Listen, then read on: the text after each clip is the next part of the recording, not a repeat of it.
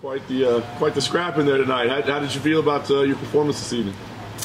So I knew going into this my opponent was going to be tough. You could see that in the fight. It was all back and forth.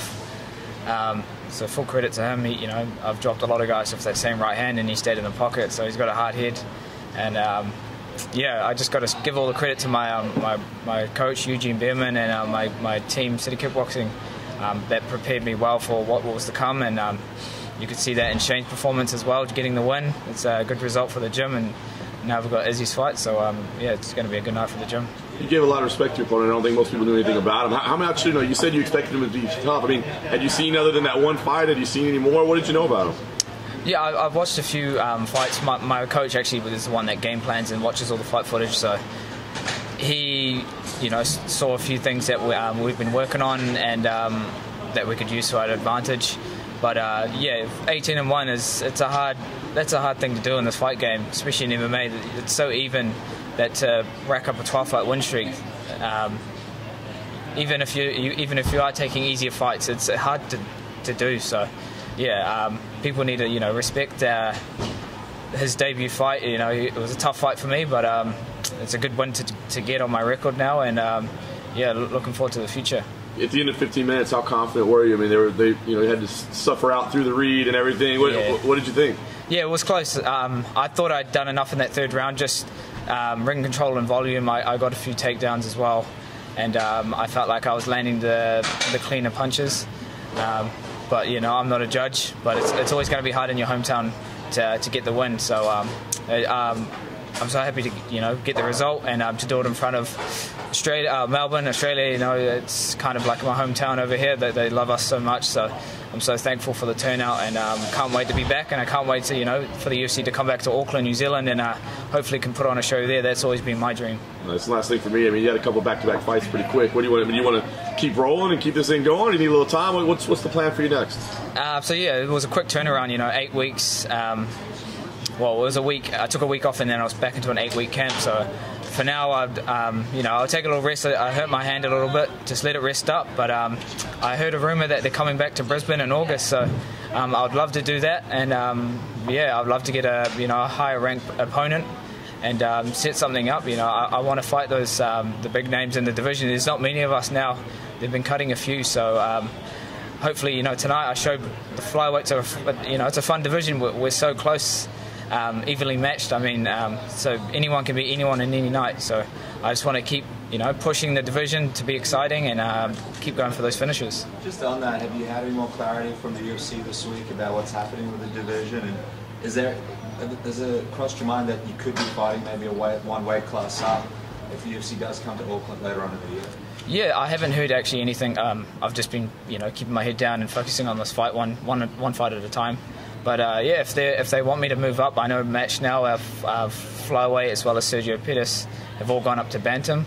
So yeah, it's something to look to in the future. If that's the case, I don't mind doing that. But yeah, I'll sit down with my coaches and I'll sit down with the UFC and we'll see we'll go from there. Just quickly, also wondering, what's it like to be on the card with Shane and Israel? And I mean, Eugene would be very busy in the back there with your team. What was that like warming up and sort of preparing? You couldn't have asked for a better preparation. Such a big occasion, fighting in the Rod Laver Arena. 2 weeks ago I was watching the tennis on TV and I was like, I'm going to be fighting here. And it's pretty surreal to be in there and actually feel the crowd and how intimate it is. It's an amazing venue to fight in, and a privilege of me to represent New Zealand on that world stage. But to be in the locker rooms, the cranking music, just like a normal day at City Kickboxing, so it's awesome. We did a group prayer before my fight, just Eugene takes it, he just says, bow your heads, just look after us tonight, hopefully we all get the result that we wanted, and just to go out there and put on a show. And it's nice to have that, family environment before you go out in such, intense sporting moment. Yeah. On the media day, you were hanging out a lot with Henry Cejudo. Yep. What were you talking about, and how far do you think you are from shot at his title? Yeah, so me and Henry have a good relationship. He was my coach on The Ultimate Fighter, season 24. Yeah, I was just catching up. It's the first time I've actually seen him since we wrapped up from that show. So it's been 2 years since we've actually seen each other face to face. well, no, 3 years actually. So yeah, it was cool to just pick his brain, you know, say congrats, and he saved the division, well, hopefully saved it, you know. But yeah, we were just saying, he was just saying, go out and get the win tonight, and you know, say what you want after the fight. After you get this win, tell the UFC what you want to do, and hopefully they'll listen. So it's awesome to have him ringside. When I jumped up on the cage after the fight, that's the first person I actually looked at, and you know, he was applauding me, and you know, it was awesome to have him there. Yeah. After the fight, you mentioned you come through a bit of adversity before tonight. Can you talk a bit more about what you're referencing there? Oh, I just mean in the fight. I probably worded it wrong. Just in the fight, I mean adversity. He landed a few good body shots, a few hard knees. So yeah, he was a tough kid. 23, but he's got a bright future. Yeah. How are you feeling downstairs? Yeah, I'm feeling good now. I'm feeling good.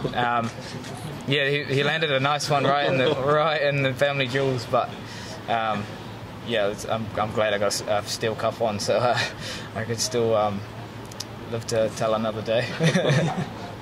You had a fairly heartbreaking story leading up to the fight. Yeah. I'm sure you would agree with that. Does that factor into your, can you register that when you're preparing for a fight, or do you just kind of have to strip away the face and just focus on the skill set? You know, at the end of the day, we're all human, so when someone loses someone they love, it's you know, it's sad. It's you don't want to wish that upon anyone, especially an opponent that you're about to compete against. So yeah, I'll give my condolences to him. That would be so hard to go into a fight knowing that your partner's not there. But yeah, you just got to block it out. At the end of the day, he's coming to take what's mine.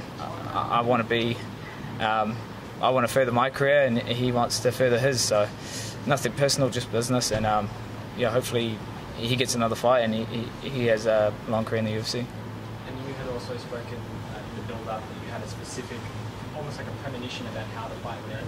But obviously you don't want to stop it, but can you share with us what you thought was going to happen? Yeah, he's quite tall, you know, and if you look at the blueprint of fights that I've had against taller fighters, I usually catch them, you know, with an overhand right or some sort of punch. So I was surprised when he ate some of those punches and stayed in the pocket, because it's dropped a lot of people, and that's why my hand's a bit sore now. So yeah, he's got a hard head, tough kid, but yeah, I feel like I was a bit too. I listened to my corners very well. That's what got me through that fight. In that third round, they were saying, you know, slip that too. That's what he's throwing a lot, and counter back, stay in the pocket, but come back firing. So that's what I did.